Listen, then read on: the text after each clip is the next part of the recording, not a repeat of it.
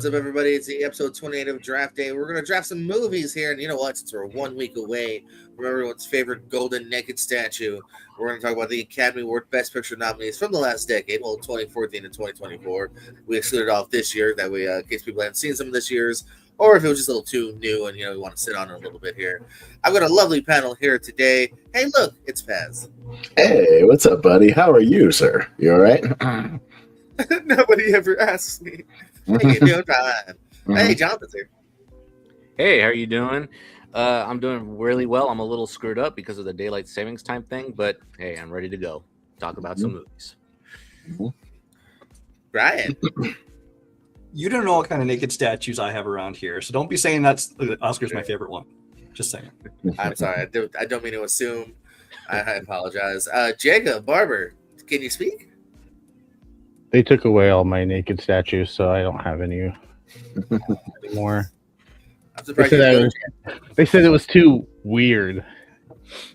He's also trespassing. Hey, speaking of weird, Steve Mesa.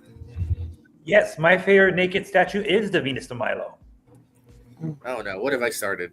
Hey, well speaking of naked statues, we're going to talk about our nominees one by one. This is the order we drafted off air. Me, then Paz, then Jonathan, then Brian, Jacob, then Steve, and then Snake drafts. So we'll then reverse that order back.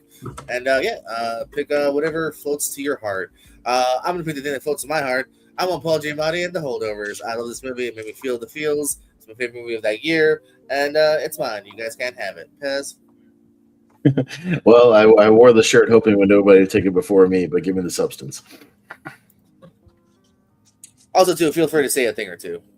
Oh, it's my favorite horror movie of the last 5 years. There you go. I thought you were just going to say it was going to be over in 5 minutes. Yeah. Yeah, I also need to type shit and update my list. So yeah, a thing or three. Jonathan? You know what? I'm going to take an historic winner. Parasite. Bong Joon-ho. Yeah. I think I rarely say a movie's perfect, but in my opinion, I think this is a perfect movie. Joon-ho does a masterful job at crafting it. All right. All right, I have to decide which ones of mine I think people will want to take and which ones are safe because nobody else wants them.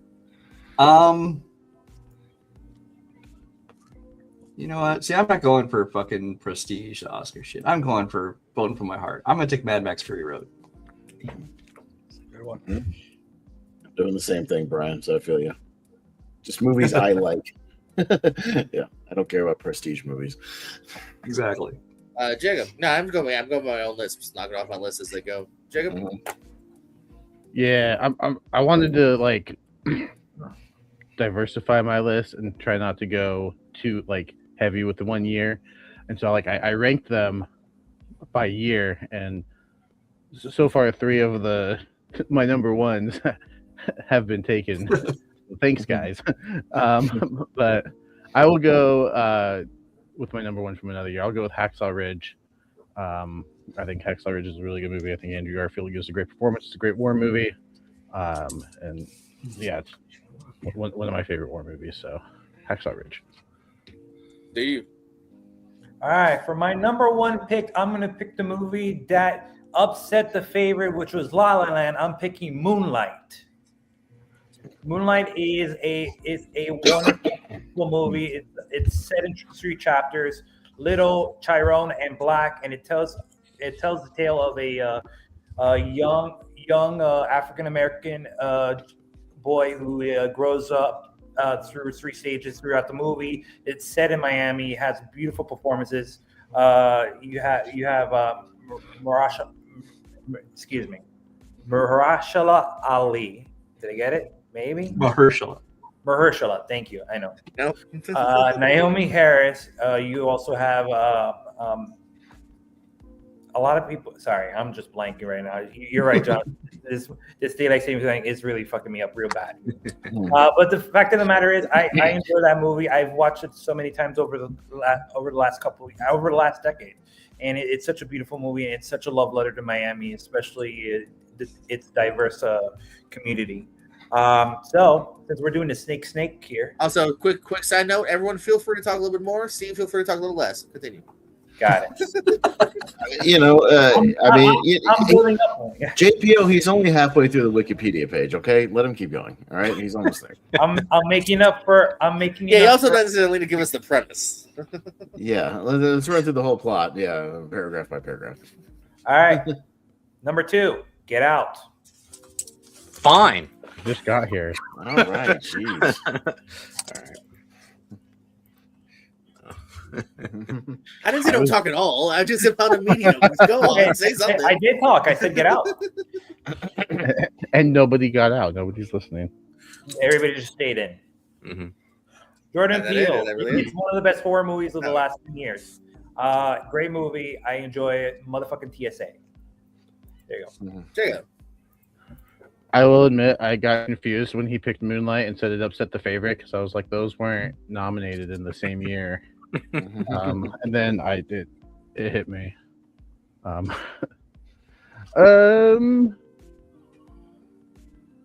Let's go with the Banshees of Inisherin as my next pick. Nice. Yeah, it's one of my favorite movies of the last few years. I think it's got great rewatchability. I think it's got a great script, great performances, a great direction. So, yeah, let's go with that one. Right? I'm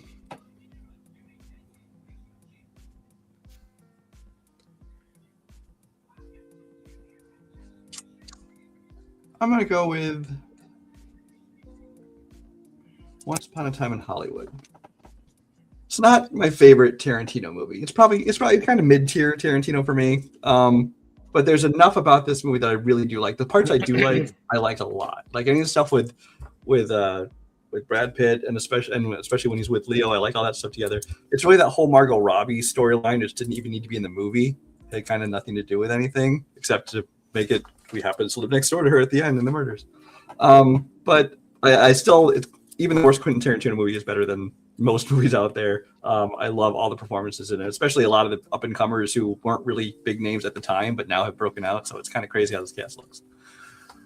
Yeah, that Al Pacino came out of nowhere. Jonathan? Well, speaking of Al Pacino, that's a great segue because my eye see Oppenheimer. Yeah, Oppenheimer. This is currently my favorite movie of the 2020 so far. One is pretty close that I can't nominate, but Nolan achieves in great wonders how to make a biopic not too standardized, and he intertwines both Strauss's storyline and Oppenheimer's storyline in this great event about the atomic bomb, and he does it really well. So, Oppenheimer. Bez? Well, you made my choice easier, Jonathan, because I was about to pick either Oppenheimer or one other one. So you made my choice a little simpler. Give me Top Gun Maverick. Yeah, that was my other choice too. Yeah, exactly. So yeah, no, I mean, it's about as peak popcorn entertainment as you get, and this is the way a legacy sequel should be done, to treat the characters with respect and just do it to the max. So yeah, Top Gun Maverick. For me, I'll go with Garfield: A Tale of Two Kitties. I think I'm looking at the wrong list here. Okay, so I'll go with 1917. I thought this movie looked great on the big screen. Really holds the interest. Pretty much shot as if it is one shot, and I think it's just really gorgeous. And love the ending too. I think it's really impactful as well when it's quiet and slower. Then also go with a third of its kind, Star is Born, maybe fourth. I don't know. It's my favorite of its kind. I think Cooper kills it, and that Gaga is pretty good.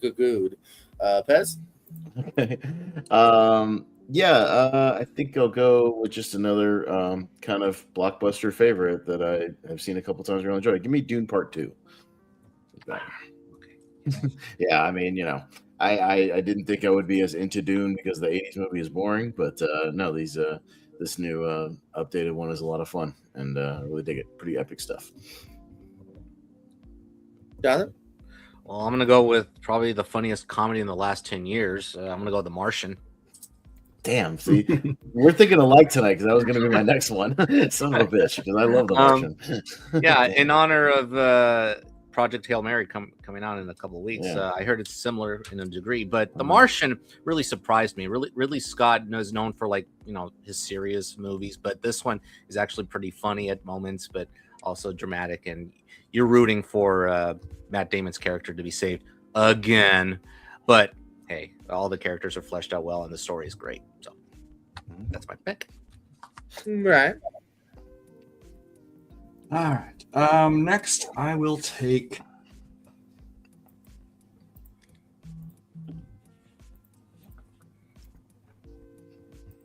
The one that should have won for 2016, and that is La La Land.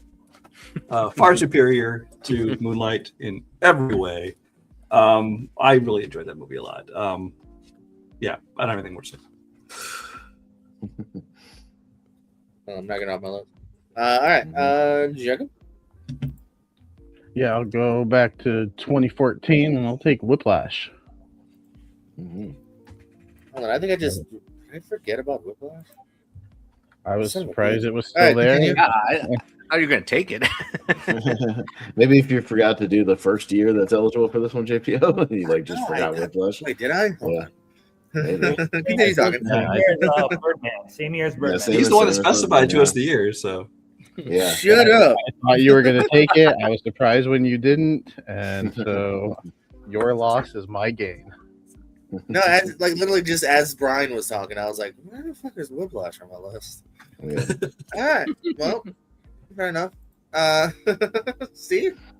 I'm going to go with the 2022 Best Picture winner, Everything Everywhere All at Once.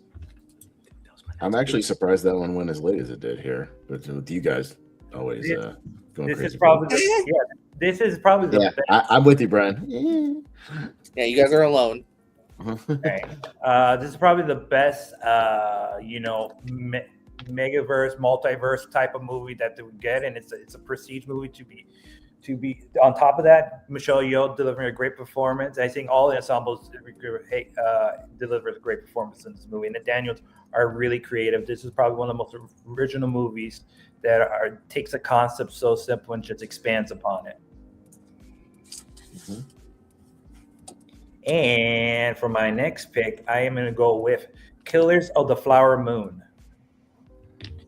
I am a very big Martin Scorsese fan, and I think his last movie definitely struck a chord, especially if you think about what kind of is going on today when it comes to race. And it's based on it, and it's most of the stuff has happened in real life in which these white men move into this town filled with indigenous people and start killing them off for their oil money, basically. And it has a great performance, not only from Leonardo DiCaprio, a very despicable performance, great from Robert De Niro, but the great Lily Gladstone delivering a fantastic performance. And in my opinion, I think she should have won over Emma Stone. Jigga. No, back to me. Yeah, I was All right, yeah, we don't have to. Yeah. torn between 2017 and 2018. I'll go 2017 because there's a lot more in 2018 that I like. I'm going to go with 3 Billboards Outside Ebbing, Missouri. I think it's a great story, great performances. I think the script is really good. And yeah, should have won. Confused by your year thing. I'm confused by your year thing. When we did the actor ones, you drafted the actor multiple times. Now all of a sudden you have a year thing. That doesn't make any sense. I just can't do anything that you agree with, can I? No, that's why we never worked out as a couple. Brian, what you got? I have jealousy of you as a couple. No. Well, as much as The Martian was a hilarious comedy, I think the most comedy comes out of, Nazi regimes and killers. So I'm going to go with Jojo Rabbit. Yeah, this is a movie. I mean, Taika Waititi definitely has a certain style to his own, and he definitely brought it to this one. And he had to walk a very fine line of, making Nazis funny, but trying not to make them, likable. I mean, Jojo was definitely likable, but that's because he was a kid who had been brainwashed and, brought up that way and everything. And even he was learning, everything was wrong. Taika playing Hitler himself, I thought was great because he gets to play him as this buffoon, essentially, who, of course, Jojo rejects at the end. Spoiler alert. I mean, it's 7 years old. Deal with it. And yeah, there's so many scenes in this movie that just work out so well for me. Especially like that scene where he is in the square, and then you just see the shoes, which they showed entirely just like that moment. I thought it was great filmmaking by Taika Waititi, and it's a hilarious movie. Yeah, how many, Jonathan? Between two movies, you know, I'm gonna go for my. Also, I'm with Steve. Actually, this is also my favorite director, Scorsese. So, The Irishman. Yeah, I think that De Niro's performance is quite underrated. He did not get nominated because of Pacino and Pesci, and most deservedly so. But it's a very interesting 3.5 hour movie about De Niro's character's journey and his outlook of his relationship with Jimmy Hoffa, and it's very interesting, tragic, and if it is Scorsese's last mob movie, this is a great way to go because it felt like a last mob movie from Scorsese. So that's it. Yeah. He should move on to comedies himself. Let's do a scary movie 7. Martin Scorsese. Pez?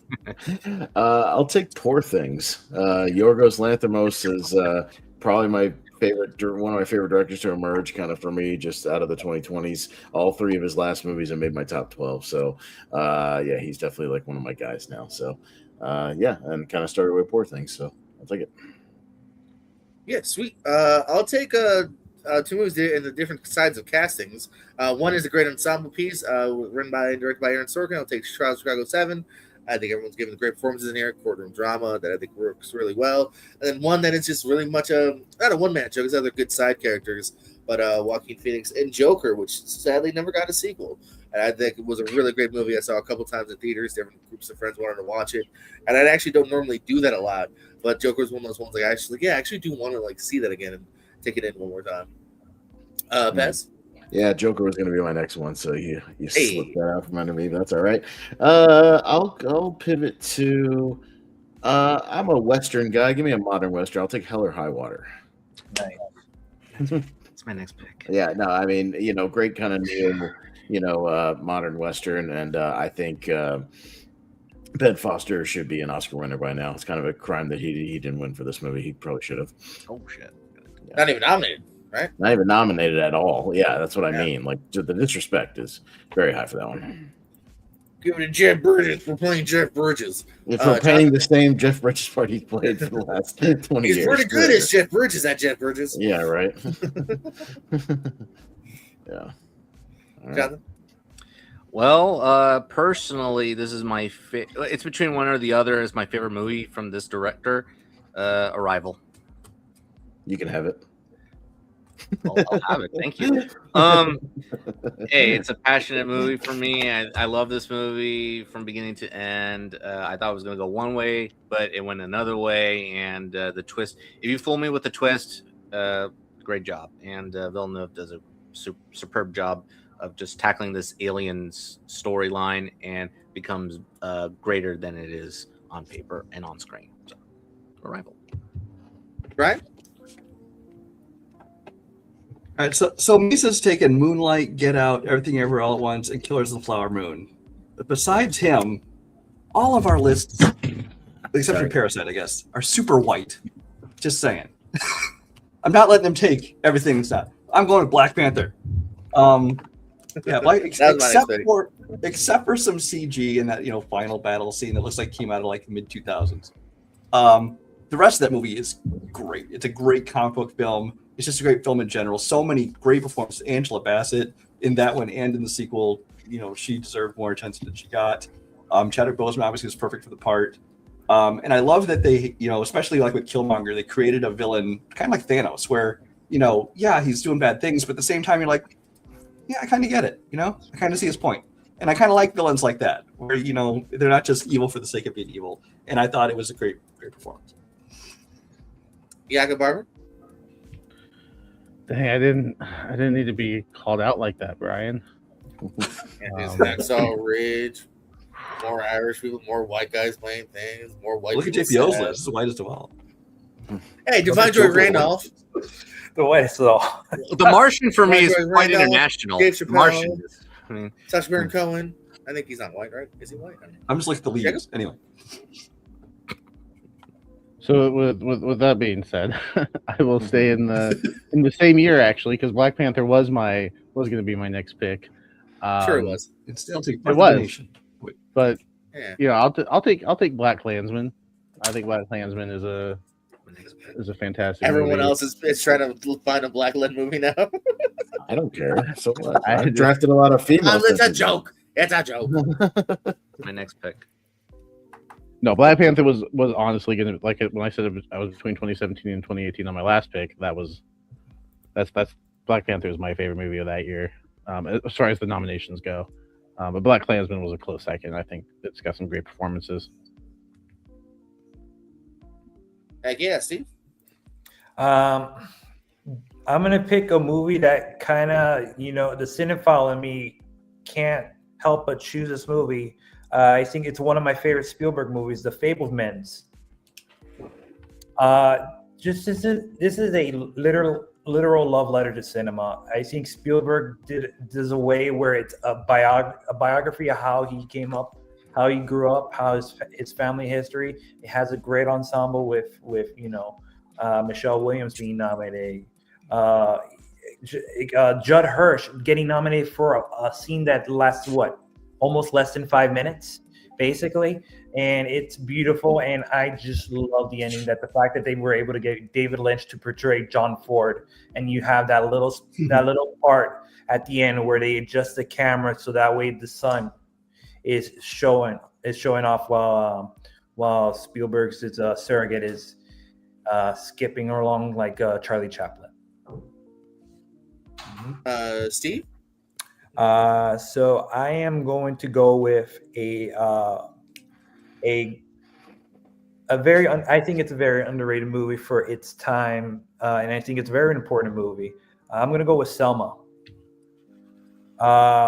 If there's any movie that deserves to be shown, especially during these times in schools, it should be Selma. It shows the effects of segregation. It shows how Martin Luther King has overcome so many obstacles. And this doesn't even just focus on his life; it just focuses on a certain portion of his life. And it has a great cast too. It's a tremendous.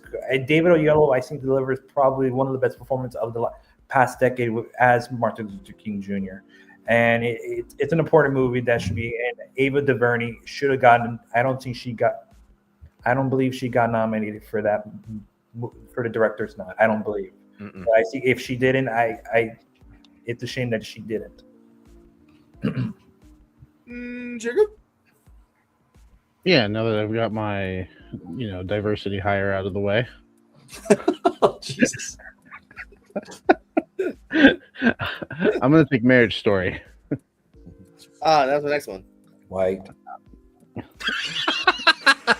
They're lovely, they're awesome. Wait, hold on, that's not weird. Full of white people and arguments. And punching walls.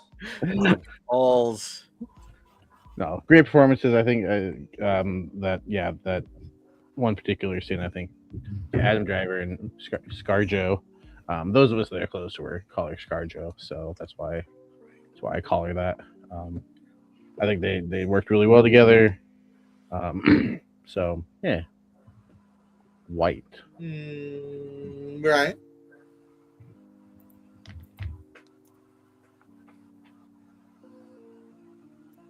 My person is from. Okay, I think I'm back. Hello? Oh, Brian. Okay. No. Okay. Everybody started spinning on my screen. Pencil. I'm running out of ones I want. You're Got so a couple. picky. Well, that one's not going to make it back to me. I know for sure if I don't pick it now, but I don't want that one as bad. You know what? I am also going to go with Steven Spielberg movie. I'm going to go to West Side Story.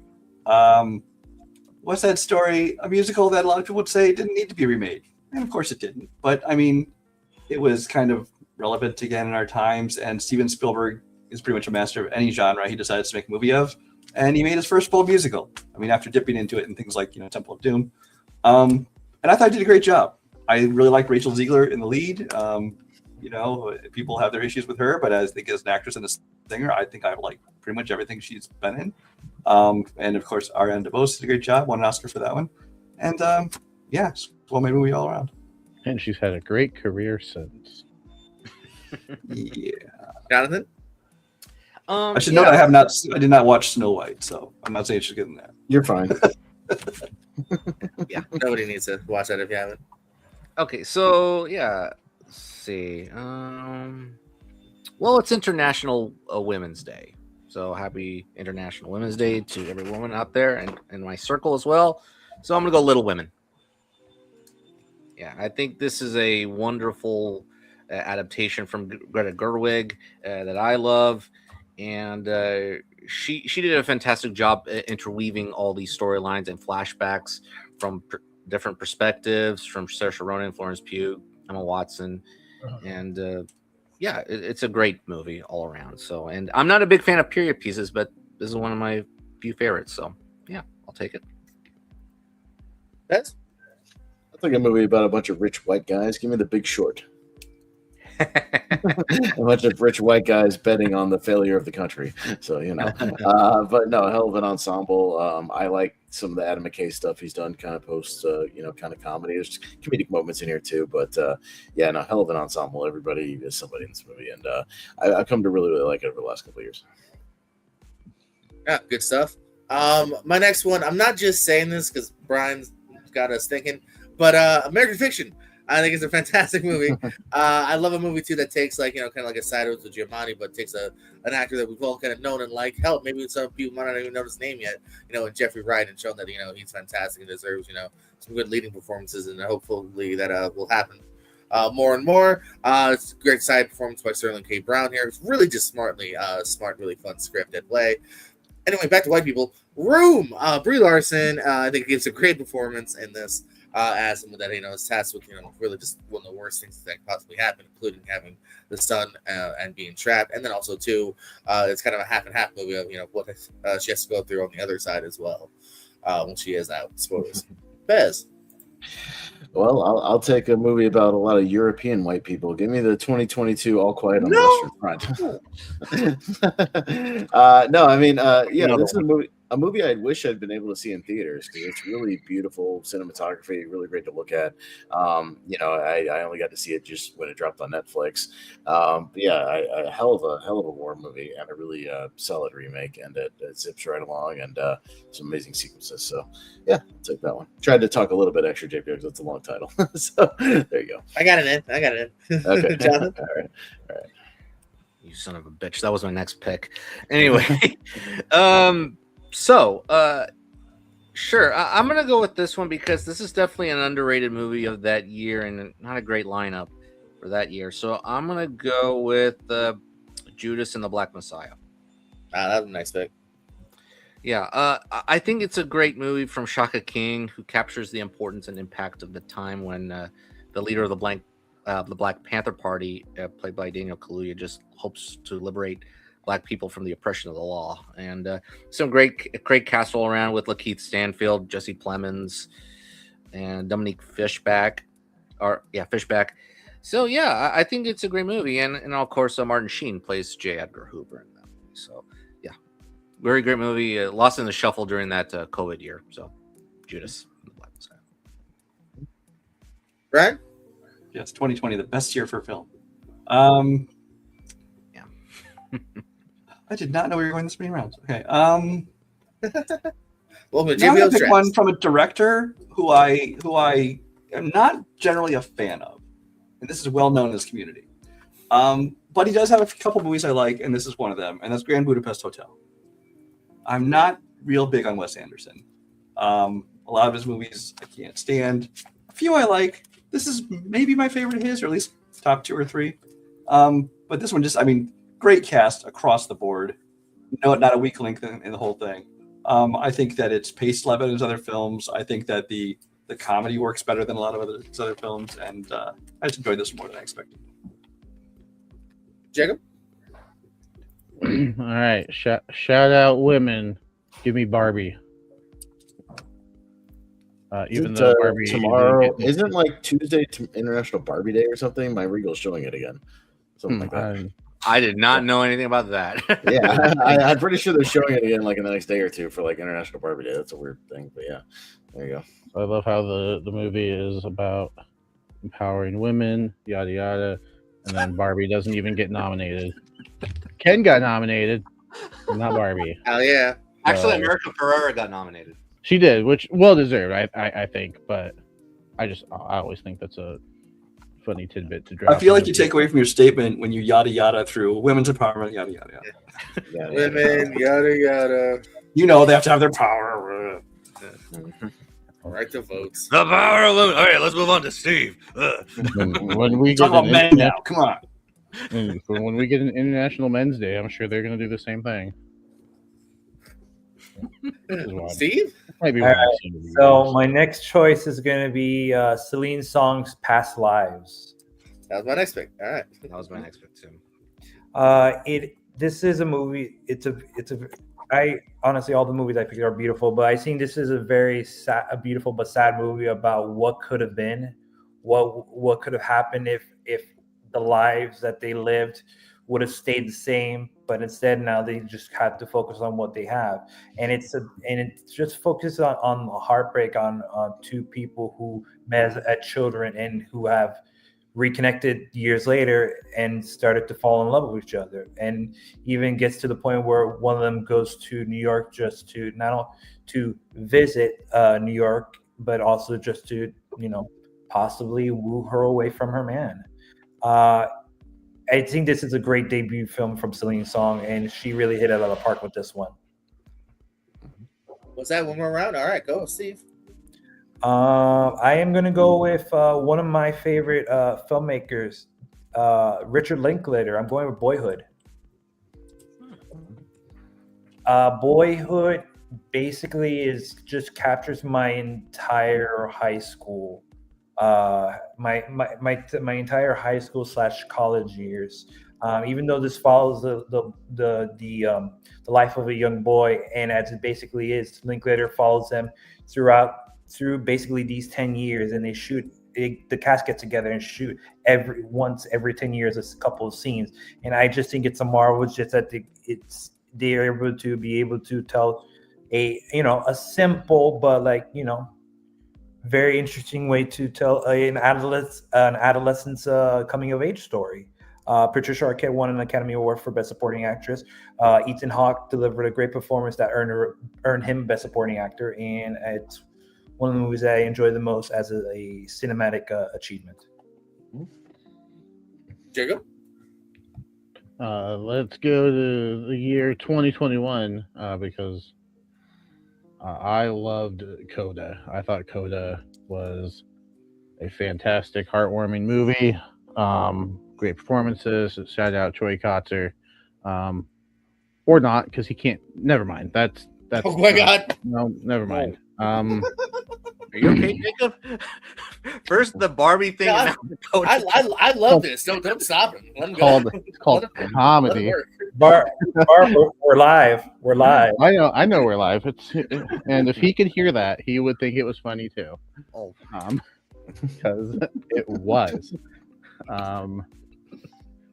Deaf people have sense of humor, you guys. They're not just. Where's my Vince McMahon "You're Fired" clip when I need it if it was on my thing? I'm giving Jacob a raise. What you guys talking about? I'm bringing eyes to the product. Yeah. Go to comedy. Brian? Oh, is this me? All right. Yeah. You're Brian. Okay. I'm going to go with another one. It's another director who's very hit and miss for me, but he has a few I like, and this is my favorite from him. Didn't think it was going to make it back to me based on something Pez said earlier, and that is The Favorite from Yorgos Lanthimos. This one is one of his that I really did enjoy. I think it's largely due to the cast, especially the three main leads, and on top of that, especially for Olivia Colman, who's one of those actresses who is just great in everything she does. She can do like the most serious dramas, and she can do the silliest comedies, and she's just remarkable in everything she does. It's the most straightforward Yorgos, which is why I don't. That's why it kind of worked for me. I like more bonkers, like Twilight Zone-y Yorgos kind of shit. So that's why I've liked a lot of his more recent stuff, and like The Lobster. I will say, Poor Things is probably a second favorite. So. Yeah. Jonathan? Hey, we can talk about Yorgos some more. It's fine. But You know what? I'm going to talk about one that gets lost in the shuffle and is basically bashed just because it's just cold and long, but it immerses you into that experience. And I'm going to go The Revenant. Mm. Yeah, from Iñárritu. Yeah, Leonardo DiCaprio. Yes, he won the Oscar for this, but he should have won for Wolf of Wall Street. But he's still great in this movie as he's just trudging along, being injured, and just wanting revenge against Tom Hardy, who kills DiCaprio's son in the movie. But yeah, it's 2.5 hours of grimy revenge, and yeah, it's the fight in the end. It's worth the wait. It's brutal. So The Revenant. Mm-hmm. Guys? Yeah, I'll go with the most dad movie nomination on here, Jonathan. Give me Ford versus Ferrari. Yeah, I love crap. I love my dad movies. So I kind of spearheaded the dad movie tournament over there. Jonathan's with me and loving a good dad movie. Yeah. My dad loves this movie, so we saw it together. But yeah, I like a good racing movie, a good car movie. So F1's not available because we're not doing it this year, so I'll take Ford versus Ferrari. So there you go. I got the Martian winner, so I'm good. Yeah, it's pretty close. I'll think the first Best Picture winner that's eligible. Go Birdman here. Yeah, I think one that's got some cool directing shots as well. Again, it seems like a one shot, but even more than that too. The dialogue I think is also great here, and another great ensemble here. Michael Keane, Emma Stone, Ed Norton, even Galifianakis all giving really good performances in here too. It's a unique kind of movie that I dug. And then after that here, maybe everyone's second or first favorite Paul Thomas PA. Licorice Pizza here. Sounds like a nasty dinner, and I know some people have some problems with it, but I still think it's a greatly shot. It's a really fun cast, and it's a really intriguing tale as well. Licorice Pizza. Pez? Yeah, I'll go with a kind of under the radar Guillermo del Toro. Give me Nightmare Alley. I really enjoyed it. I like the the way the carnival kind of aspect of it and the con artist stuff in the second half. And yeah, I enjoyed it a lot more than I thought I would. And one of the better kind of Del Toro movies in my opinion. So yeah, one that not enough people talk about. I think it's really good. Nightmare Alley. John? Yeah, I'm going the same year. Oh boy, between two of them. You know what? Screw it. I'll follow with another Del Toro movie, Shape of Water. Mm-hmm. Yeah. Yeah, I dug this movie. I'm not the biggest fantasy person, but this one and Pan's Labyrinth, he knows how to capture it very well with his creative visions and designs. And yeah, he does a great job. Sally Hawkins? Sally Hawkins. Yeah, Sally Hawkins. Yeah, she's great as his mute janitor who forms a relationship with this monster created by government people. And oh my god, Michael Shannon, he's evil in this movie. He's unhinged in that movie. Yeah, he's great. So yeah, take Shape of Water. Mm-hmm. Brian.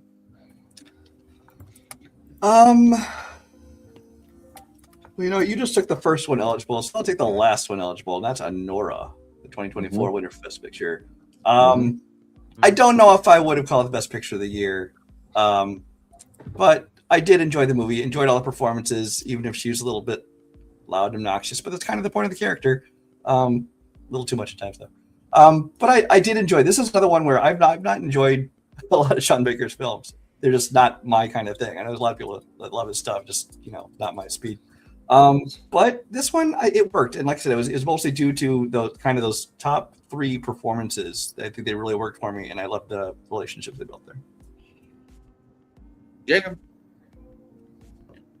Okay, let's go. You took the first Best Picture eligible. I'll take the second Best Picture winner. That is eligible. I'll go with Spotlight. I think it's got a great cast. Based on a true story, important story that I think is told really well. So, yeah, I'll take Spotlight. Steve? I'm gonna go with Ramel Ross's Nickel Boys. This is a movie that's basically told from the first perspective through almost the entire movie, and it jumps between the past and the present and tells a story about a powerful relationship between two black men who are in a reform school, and this is also this part of the story of Nickel Boys is also based on a true story on something that happened in Tallahassee, Florida, about almost half a century ago, more than that, and where they basically found all these dead boys buried underneath the dirt, and it was from the grounds of the reform school. And I like how Ramon Ross basically took that element of the story, which is basically based on a book too. But I think he basically did something where it was almost, this film was almost unfilmable in a way that they did something unique, and they just basically told the whole story in its perspective, just like how other movies like Birdman and Revenant told stories from like one shot. You get this whole movie in like one perspective. Oh, I thought it was Nickelback biopic. Yeah, now I'm less interested. One more round, guys. All right, sure. Go on, Steve. You can't. 9's just such an odd number to stop on. The Oscars a couple years. I'm also going to go with. So Jordan mentioned a Paul Thomas Anderson movie. I'm going to also mention another one. I'm going to take Phantom Thread. Next pick. Oh well. And this is basic. As far as I'm concerned, this is Daniel Day-Lewis's last movie. Well, whatever that movie was last year. In far as about my concern, it is. So whatever that movie was last year, that didn't really. Nominee. I just enjoy it. I think the ensemble is great. Leslie Manville's great. Daniel Day-Lewis is great. Even better is I think Vicky Krieps. I think basically almost steals the damn movie from Daniel Day-Lewis. It's just a terrific movie. Great done by Paul Thomas Anderson. Yeah. And Fred. Jacob?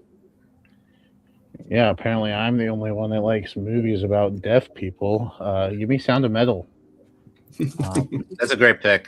I just watched it this week, actually. I was like, I'm gonna pick a couple that I haven't seen.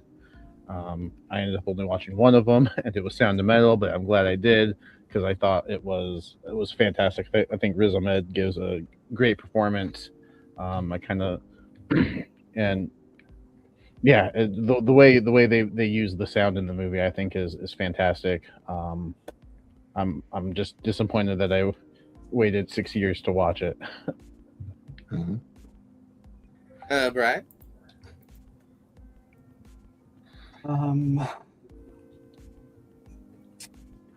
You know what? I don't like this movie as much as some people really love it, but I do enjoy it. And for a round 10 pick, it works for me. And that is Dune 1. It's not been taken. I do prefer Dune 2 a little bit more, just because you don't have to spend so much of the movie with, setting up people and the characters and the worlds and things like that. But I think that having Dune 2 then just makes Dune 1 better because you can kind of, if you watch them in the same day, it's a good story, like all together. You know what I mean? If you watch them back to back, it works. So while I'm not as big on Denis and Dune, I don't love these movies the way that some people do. I did enjoy this one quite a bit. To get the good setup movie and the good payoff movie, you know what I mean? Yeah. So I think it works. Yeah, I watched the first one before I went to see the second one, and yeah, I did the same. I missed the first one in theaters, but then I just watched it the week I was going to see Dune 2, and it flowed really well and made it work. So that's fine. Jonathan? Ooh, some great picks so far. Let's go with Tar. Yeah. So what I call it is like a Kubrick movie, and that's the highest compliment for this movie. And it's about this composer who's recognized as his first female chief conductor, but her demons are catching up to her as she's struggling internally with controversy surrounding her same-sex marriage and her manipulative tactics. But I think this is an extraordinary movie where the passion for music and creativity is there, but her demons are still surrounding her. So, yeah, it has a great last shot. So, Tar. Biz? I'll go with the movie I rewatched today, actually. I'll explain why in a second. I'll take Elvis for my final pick. A movie I actually really enjoy. Rod and I went and saw the epic Elvis in concert movie that Baz Luhrmann has out right now. So we're on a bit of an Elvis kick, and that movie's really good, by the way. Excellent. Really entertaining movie. And so if she hadn't seen that, we watched it, and I quite enjoyed it a bit. It's 2.5 hours that I think zips by really good. Really unique Tom Hanks performance, just playing this total asshole Colonel Parker. Good Austin Butler stuff here. I think it's well edited, and it was really interesting watching it as a compliment because a good chunk of the movie deals with the concert footage they have in that movie with the Vegas stuff and then the later tour he did. So, but yeah, I liked it. This was my first rewatch since the theater, and I enjoyed it. So that was. Let's see. Brian took one of the Adam McKays. I'll take one of the other ones now. I'll take Vice. I really like what Adam McKay has done after just like straight comedies here. All these, the other three, which are all nominable for this list here. I think again, great, crazy ensembles here. Go on talking about the cast, but also just quickly talk about Christian Bale. I think is great as the lead here. Even breaking the fourth wall at the end here, and what could have been I think a gimmicky moment works really well for this. What's that? One more round, sure. Lady Bird with Saoirse Ronan. She's great, and this movie is really good. Paz, what's your next pick? Oh, we keep thinking. Are we still going? By the way, it's Paz that took Adam McKay, not me. Oh yeah, I took. I lied. I'll take Big Bird. Fine. I'll round out the Adam McKays. I'll take Don't Look Up. I actually liked it because I think it's making fun of like really ignorant people who don't see things that are right in front of them with their own eyes. It's kind of a nice little satire, and it's still got a sort of a disaster element to it. I ended up liking it a lot more than other people enjoyed, so I'll go Don't Look Up. But JP, I'm running out of ones that I have a star by, so just letting you know. We can't. 11 we're number to end on. Yeah, right 10 would have been such a nice even number, and you had 10 would have been a nice even number, and you had to go and keep going. Okay. There's 11 years that we're discussing. So is that what we're doing? Okay, great. fine. All right, fine. I will not be doing it. Thank you for giving my logic a fake reason I never thought of, Jacob. Okay. What am I passionate about with this next pick? I ran out of passion a while ago. Oh no, this is a very good movie. I actually like this one a lot. Okay, I'm gonna go Anatomy of a Fall. Good one. Yeah, it's a very good movie. This is the French courtroom drama, and I had never seen like a courtroom drama with the French system before, and it's very interesting. It's fascinating. Yeah, it is a very fascinating movie. Directed by Justine Triet and stars Sandra Hüller, who will be in Project Hail Mary, coming soon. And she does give a great performance. You have to pay close attention to what's going on with the murder and also the audio. Like I never been so dependent with like audio music and that song that keeps going on. I don't remember the name of it right now, but yeah, it's a very fascinating movie. And it's lost in the shuffle of the past few years. And I think people should take a look at it. I don't know if it's the actual song, but it's the instrumental of PIMP that 50 Yes, Cent it is. does, right? It's the reggae version. It's the reggae version of PIMP. Yes. Yeah. Uh-huh. Well, speaking of pimps, Brian. What a segue. Thank you. Yeah. I will also take Parasite. No. No, I don't think that's how that works. I'm sorry, but You never established nominated. it at the beginning. Brian's just trying to find something where he's just like, that one was amusing. While I watched I'm really trying to find it. something. Y'all are picky. Yeah. I will go with one that I respect. I did not like the ending, but it has spectacular performances across the board, and that is Conclave from 2024. Son of a bitch. I'm just running out of movies I watched more than once. Let's just put it that way. So, that sort of thing. Well, that's a you thing. Like, 90% of these I've only seen once. Like, you've still seen them. You still rated them. All these ones on here I've seen multiple times that I have on my list. So at least twice. Jacob, that means nothing to me. Jacob? That does help me though, because there were only 2 movies in 2024 left on my list that I've seen, and that's the only year that I have not drafted from. So it does make my decision a lot easier. So I can take Wicked. I think it's a great musical. I didn't really know much. I haven't seen like the stage play. I don't know much about the stage play, but I thought the movie was great. I thought the songs were great. Cynthia Erivo is fantastic. I haven't seen the sequel yet. I haven't heard great things, so I'm like not in a hurry. But I really enjoyed this first one. Yes. Yeah, so with my choice, I'm going to go with Manchester by the Sea. Kenneth Longeren's just great movie. It's, great performances from Casey Affleck, Michelle Williams, Lucas Hedges, and it basically tells the story of a man who is trying to adopts his brother's his nephew, and the backstory in terms of what happened to his family life, which is just a very, not only a very shocking thing, but it's just very tragic and super fucking sad movie. But like overall, this movie, it's a great movie by Kenneth Longren, who did Margaret, which is another movie I like, and it's just great performances all around. I think we can all agree it's weird to end on 11, right? All right, final round, 12. Nope. Final round. 11's weird. Yeah, All so right. at least he had an explanation for you for 11. 12 is just you're lonely and don't want to stop. Even number. So, all right. What? One more round? Okay. Yeah. Brian. I'm going to pick Brooklyn. Oh, that's my next pick. Crime Time? It's a good pick. This I think this is the beginning of Saoirse Ronan's Renaissance. Saoirse Renaissance. Get it? All right. I tried. I can't be as good of a comedian as Barbara or JPO, so I did my best.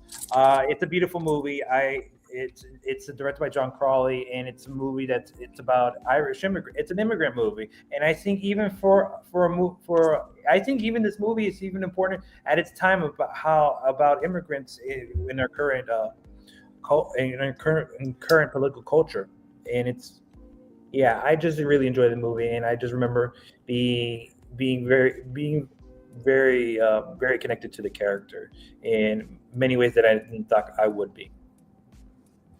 Wait. Are you telling me there are issues right now with immigrants? I'm not aware of. Oh, I don't know. Yeah, I thought everything was cool. Not as much anymore. Just kidding. All right. Jacob? Speaking of immigrants, no, actually, my pick has nothing to do with immigrants. I'm gonna go with Hidden Figures. I think Hidden Figures is a great movie. Taraji P. Henson, Octavia Spencer, Janelle Monáe are giving fantastic performances. Kevin Costner is great. Glenn Powell in his short time is really good. I enjoy the story, and yeah, I'm a little disappointed that we did go 12 because now I'm like, oh, I'm showing extra love to 2016. Way to ruin things for me, JPO. Well, your thing is weird. No one cares. You're Brian? weird. No one cares. I know. That's why I'm See how that feels? See how that feels? No, I don't mean it. Bad, actually. I don't mean it, but you see how it I feel feels? like you do deep down. Brian? I'm not coming to your best friend thing this year. Nah. No, I never agreed to this round.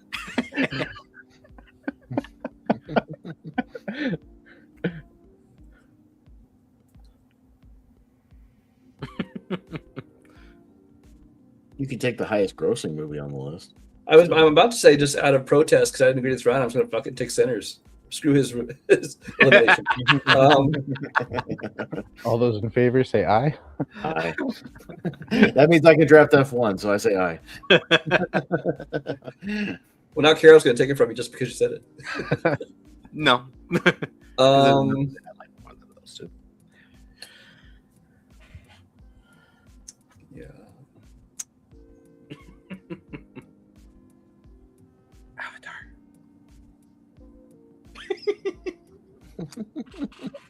Hang on, I'm looking.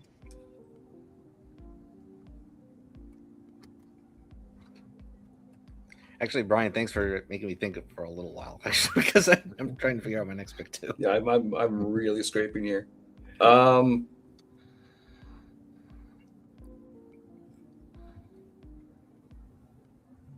guess kind of the opposite of my last one. I took Conclave based on the performances, not so much the film itself. This one, performances are fine, and I didn't really care about the story either. But the filmmaking is top notch because it is David Fincher, and that's Mank. Oh, Mike. Okay. Sure, I'll take it because this is actually my favorite movie of that year, so I'll take it. The Brutalist. Yeah. Despite that overlong speech at the Oscars last year, boy, it was almost as long as The Brutalist. But the movie, though, it's a great epic about a deconstruction of American dream. And even though it's usually positive initially, the American dream just withers it down really quickly because of his dynamic with Guy Pearce, who's great in it. So, yeah, I think it's a great movie. The Brutalist.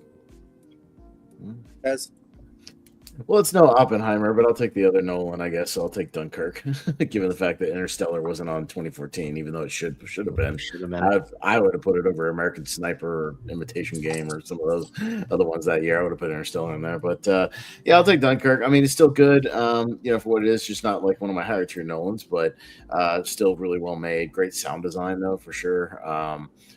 Good, use of IMAX, and I like the kind of 3-story structure. It works enough, so yeah, I'll take Dunkirk.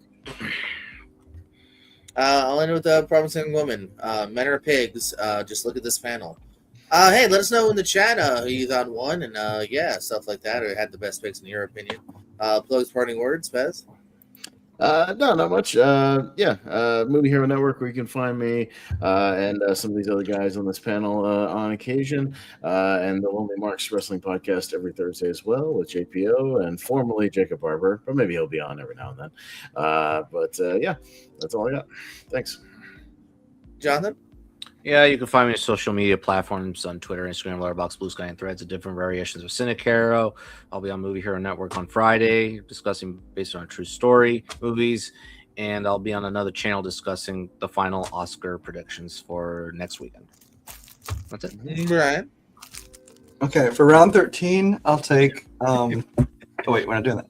I don't do plugs. Thanks. Bye. The Father, Green Book, Darkest Hour, Theory of Everything, Call Me by Your Name, The Post, Imitation Game, American Sniper. There's good movies. Fuck you guys. Check them. Oh, there is a great one. I didn't say there wasn't good movies, just movies I have less interest in. Jacob. Drafting. I said Jacob. Say it again. I like the way you said it. Jacob. No, never mind. Not that. Nope. Now it's gone. No, thanks for having me. This was a good time. I don't really do much online anymore, but I pop up here from time to time. And Lights Out Trivia. He was in the chat. I played there every once in a while too. Yeah, Lights Out Trivia. And last but certainly not least, you could also call him the mastermind behind this. He was the one that sparked the idea of doing all these Oscar drafts. So appreciate you, Steve, for that. And join us next year where we do the same thing for Golden Globe. Steve? Oh, that's going to be rough. Who's picking the tourist in that category, huh? Yeah, I know. That one we would have to do every single movie in every round. Yeah, pretty sure. You can find me on Mesa Media One on X, on Facebook, on YouTube. You can also check out some of my stuff and some of my reels on it. SMS85 on Instagram. As far as videos is concerned, don't have anything lined up yet, but all I know is I am partaking in the Miami Film Festival 2026 this year, and there's a chance that I will be hosting a Q&A for a very big genre movie. Hell yeah. For Steve, for Jacob, for Pez, for Jonathan, for everyone in the chat, and for no one else that I didn't mention. Love you more than you'll ever know. Good night.